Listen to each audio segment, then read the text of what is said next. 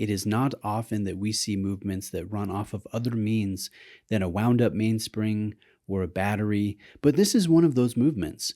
This watch has a visible turbine system that generates electrostatic energy. That energy is used to power the movement.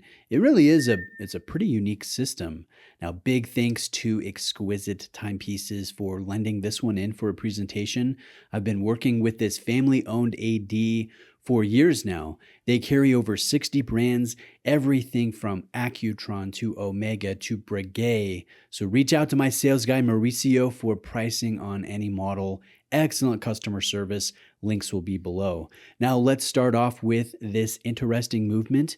When you wear the watch, the natural motion of your arm, just doing daily activities, will spin the twin turbines at very high speed.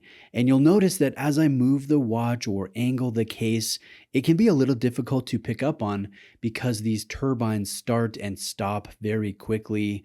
So the energy created or generated from these turbines is stored in an accumulator, and then this energy is the power source for two different motors within the caliber. One will feed the smooth or the fluid sweep of the seconds hand, and then the other will feed a step motor that moves the hour and the minute hands at regular intervals. Now, the seconds hand drains a little larger portion of the energy while it's in use. So if this caliber senses 5 minutes of no motion or inactivity, the seconds hand will stop at the 12 position while the caliber, the movement, continues to internally track the sweeping seconds. So this is a power saving feature. The hour hand, the minute hand, they will always move regardless of whether the watch is in motion or it's stationary in power saving mode. Now, if you want to take this out of power saving mode, you'll only need to move it back and forth for about 5 seconds, and that will re-engage the seconds hand, and it will move back to the correct position of timekeeping that the movement has been keeping track of. Now, this one is also interesting because many of the components of the electrostatic movement are exposed on the dial side, and the watch actually has a closed steel case back. And I think showing off this new type of movement, it's a must. It's vital. The watch just would not have the appeal that it does now if this was all shielded from view. It would not be interactive. It would take the excitement away. And the way this is executed, it does carry an educational or an advertising aspect to it that I think is crucial. It's really important to the success of the brand. Now, as far as the finish goes, I think it's really good for a sub $4,000 watch. The turbine bridges have clean, polished, beveled edges. Those are referred to in the industry as anglage, and it looks pretty clean. It really looks nice. The various plates have a brushed finish with different colored coatings. We see everything from untreated silver tone to darker gunmetal and then to green. And I think it all works together pretty nicely. But then again, I do have a soft spot for exposed movements from the dial side or more traditional open work dials or skeletonized movements. I think those are very fun. Now, the hands are basic white for increased contrast, for reading the time at a glance, because there is a lot going on visually when you look at the face of this piece. The seconds hand is orange to complement the green plates. I think that's nice. And then there are markers set along the very edge of the dial. And often they do look a bit distorted, a bit interesting, because this box-shaped crystal goes nearly to the edge of this 43.5 millimeter diameter case.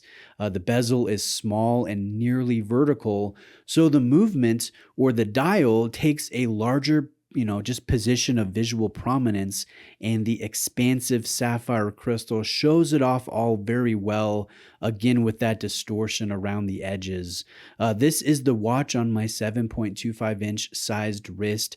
I would say that it definitely wears its size maybe a little larger, more like a true 44 millimeter. And I think this is partially just because of the dial dominant look. And then more importantly, the total height, which is almost 16 millimeters tall. Very significant for a three-hand movement. But then again, this is new tech. It's not a mechanical movement. It's not an automatic movement. It's not a quartz movement.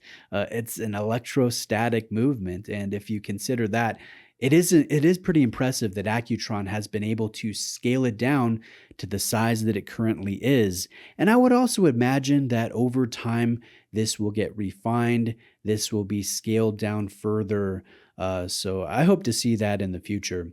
Now, I don't know that electrostatic movements will ever really catch on in the wider watch market the same way that, say, Spring Drive has for Grand Seiko. But I love the fact that Accutron is pushing the boundary. They are giving it a good attempt. And as a watch fan, I would love to see it take hold. I would love to see them find real success. Now, lastly, this watch will come on an alligator strap done in a green that will match the dial components. Accutron says that the leather is ethically sourced in the United States under the guidance of the U.S. Fish and Wildlife regulations. Though the Spaceview 2020, this model, it is available on other strap colors as well as a new bracelet option, which I think looks really nice. That is the route that I would likely go, as I am an unashamed bracelet fan. An OEM bracelet adds about $150 to the overall price, so not too bad of a premium. Now, in closing, I will just share my opinions on the overall pros and cons of the Spaceview 2020. Starting with the pros, it is a super cool new movement. It's accurate, it's interesting, it has great finishing, powerful presence, and I like how Accutron broke off from Bulova to be their own higher-end brand. It definitely helps justify the higher retail prices. Now, going to cons, I think it's really just sitting at a tough price point.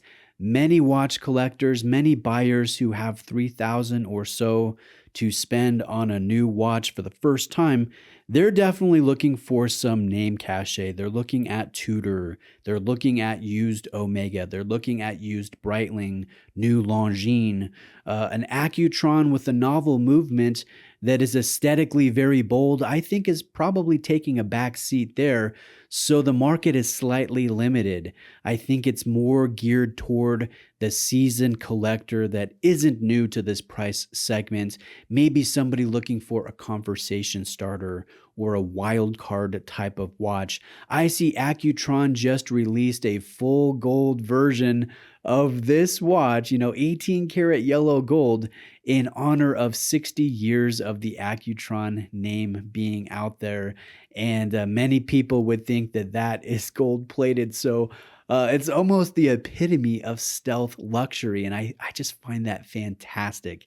Now, let me know if you have any questions. If you are shopping Accutron, definitely check out my recommended brick and mortar AD Exquisite Timepieces. They're located in Florida.